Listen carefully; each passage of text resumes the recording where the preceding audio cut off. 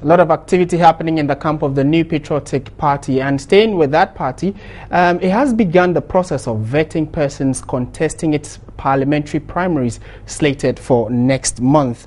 A statement issued and signed by the party's national organizer, John Boydu, stated that the steering committee calls upon the vetting committees to ensure that qualification, eligibility and competence of aspirants. But ahead of this process, there has been a seeming tension in the party following a decision by some of the party's national executives to organize a steering committee meeting without the party's chairman, Paul Afoko, and General Secretary Kwabena Ejapong. And we would be finding out how this was possible very shortly without the presence of these two particular people. And we've been joined on the line by Dr. Seydou Alidou. He's a political science lecturer with the University of Ghana. Doc, good afternoon and thank you very much for your time. Good afternoon, sir. Right from the time the NPP went for its primaries, where they elected the national executives, up until now, there seemed to be a back and forth about who really the leadership is, and the issue of factions and segmentations within the leadership of the party. The latest in that line was what happened yesterday, where a group of executives held its steering committee meeting without the two key people that are known now, and apart from the flag bearer, to be the leaders of the party. That's the general secretary and also the national chairman. Do you think that there is clearly a problem with the party, especially going forward into the 2016 elections? Okay, thank you very much. I think in the discipline of political science and in the practice of the discipline, two things will always work: perception and the reality. Even if there is no divisions in the party, but people perceive the party to be divisive, it has an implication on the way they work. But now I think the crisis in the NPP has now moved beyond just perception, and it is reality. It's happening now. And I think the party will have to take serious measures to address those particular cracks that is emerging, or that has even emerged in the party over time. Which 2016. You see, the thing is that after the Tamale Congress, the whole thing was that one particular faction, that is the Alan Chamantin faction, dominated the national leadership. But Akufo-Addo went ahead to win the flag bearership race. Yeah. So I was thinking that it would have been a very fantastic team for the party to blend these two particular factions at the national executive level to build a united, cohesive front moving forward to 2016. But you have now seen that both factions in the executive headquarters now try to undermine each other one way or the other. There has always been the concern that there should be an emergency meeting once every week. But the Akufo-Addo faction believe that for the past 3 months, the current executives, especially under the leadership of Paul Afoko and Kwabena Ejapong, have not heeded to that particular call. But even if that is the case, the way they went yesterday has even muddied the water. That wouldn't resolve the problem. Because I understand that there's supposed to be a similar meeting on Thursday. Yeah. So given the fact that a united party will have waited for the national chairman to come back to Ghana and the general secretary to return to Accra, so that they'll have that meeting on Thursday, rather than what happened yesterday. So people think what happened yesterday was just made deliberately to undermine the authority of the national chairman and then the general secretary. But moving forward, I think that difference has to be resolved. But from what you said, if they consult you to advise them, what would your advice be? And how can they resolve it? I think resolving it has to do with the fact that each faction within the party will have to put the interests of the party first. Because that factionalism is not going to help the party. If the party loses 2016 based on this factionalism, then they are going to be in a position for a very long period of time. What they should do now is to minimize that element. We can't do away with factionalism. In some cases, it enhances competition and it puts the party on its toes to work. But now that they have one, I think each particular member of the party should minimize their selfish interests and work towards the collective interests of the party. So if they put party first, factionalism second, they could solve it. It's not going to be that easy, but they can do it. going forward, my recommendation is that you cannot win election because the government in power is not performing alone. You cannot win election because the government in power has made promises and has not redeemed them alone. You cannot win elections because people are fed up of the government in power. You are able, that is a very conducive atmosphere for them. But you win elections when you position yourself as a credible alternative to the government of the day. If you are not able to do that, and if people don't perceive you as a credible alternative, they are more likely to live with the West government than to bring a government that is not well organized and may do worse things. So going forward, they will have to present themselves as a credible alternative. And the only way to do that is to present a united front going towards 2016 so that we know that they can manage their own internal affairs. And for that matter, they can manage national affairs for every Ghanaian.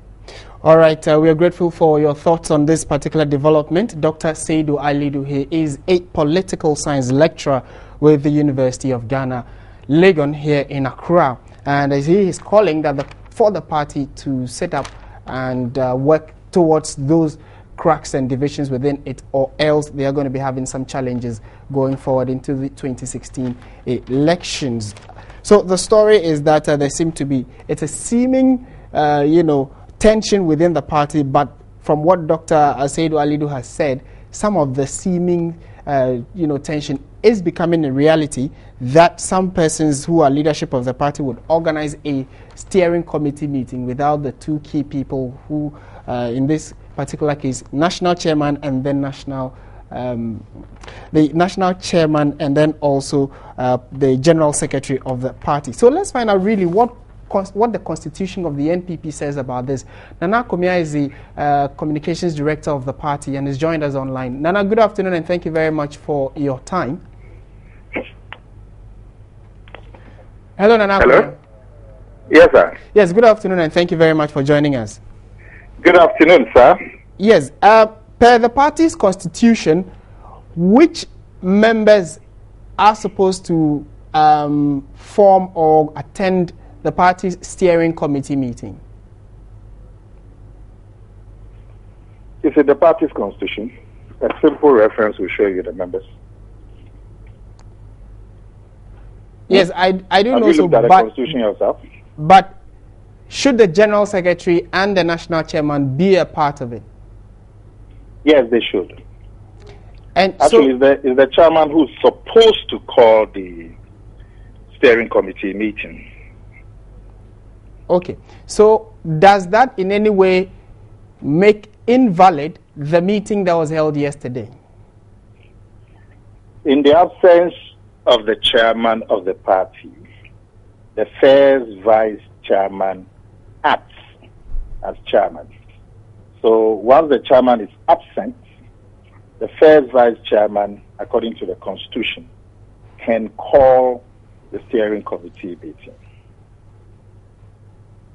So from what you're saying, there was no breach of the party's constitution in any way? Not at all. It's unfortunate you haven't read the constitution. Let me read it to you. If you take the NPP constitution, page 46, which talks about the national chairman, it says that the national chairman shall preside over all meetings of the delegates conference, National Congress, National Council, National Executive Committee, and the Steering Committee. Then it goes on. It says the National Chairman shall be the convener of all the meetings of the Delegates Conference, National Council, National Executive, and the Steering Committee. Then it goes on. It says, in the absence of the National Chairman, the first National Vice Chairman shall act in his place. Now, the chairman was absent. They needed to have a meeting. In the chairman's place, the first national vice chairman was qualified by the constitution to call the meeting.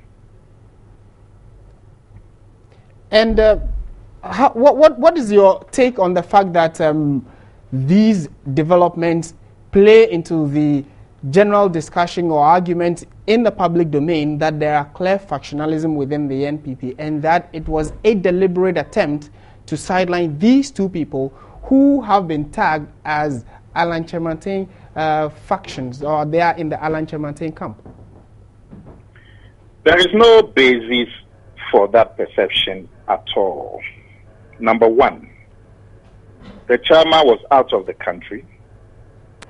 Number two, the next steering committee meeting was slated for the 12th of May. Number three, the main agenda for the meeting yesterday was to agree on the arrangements for the vetting of parliamentary aspirants. The vetting of the parliamentary aspirants across the country started yesterday and will finish on the 7th of May. It will be too late to call a meeting on the 12th as originally scheduled to deal with matters regarding the parliamentary vetting. So this was an emergency, an extraordinary meeting. Now, everybody who had to attend the meeting or was entitled to attend the meeting was duly notified, duly informed. Right. So there is no attempt to exclude anybody. Indeed, when you have a decision-making process that involves meetings, how can that be an attempt to exclude anybody? It's only when you don't have meetings, then one or two people can go into some room and take decisions. All right. When you call a meeting which involves everybody, how can that be a source of division? Okay, we're grateful for your time, but do we know when the two are coming back, and couldn't that yesterday's meeting have waited for their return? I have said to you that the next meeting was slated for the 12th. 12th, yes, but yesterday's... Sorry? By yesterday's meeting? Yes. You said you should have waited for the... Yes, I'm asking, do we know when the two are expected back in the country, and couldn't yesterday's meeting have waited for them? Well, I don't know when the chairman is going to be back. He's there to observe he's in England to observe the Conservative Party Congress, the elections in England. The elections haven't taken place, so I don't know when the chairman will be back. As for the General Secretary, I suspect he was just out of Accra. Okay. All right, we're grateful. The quorum for the meeting is 7, and there were 9 members present, including the leader of the party. Okay, so we are grateful for your time and thank you very much. Nana Kumia, he is the communications director of the New Patriotic Party, and clarifying the issue regarding the party's meeting yesterday, the steering committee meeting yesterday. And visibly absent was the national chairman and the general secretary of the party. It stoked some debate in the public domain, and he sought to clarify.